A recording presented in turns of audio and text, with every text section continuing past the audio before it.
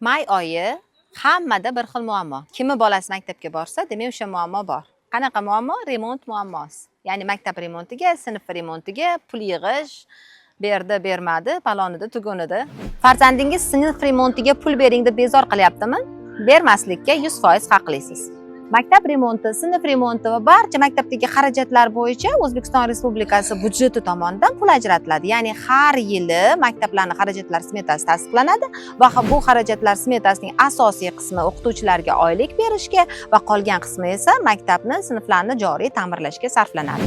Agar sizni farzandingiz o'qiyotgan maktabda sinf remont qilishimiz uchun pul bering deb murojaat qilgan bo'lsa, siz bunga bemalol bermaslikka haqlisiz, chunki uning xarajatlari budjet tomonidan qoplab beriladi. Agar sizni farzandingizga sinf remontiga pul bermaganligi uchun qanaqadir kamsitirishga yoki qanaqadir munosabatlarga uchrayotgan bo'lsa yoki umuman remontdagi pul masalasida qandaydir sizda tushunmovchiliklar bo'layotgan bo'lsa, bularni barchasi yuzasidan Adliya vazirligiga murojaat qilishingiz mumkin.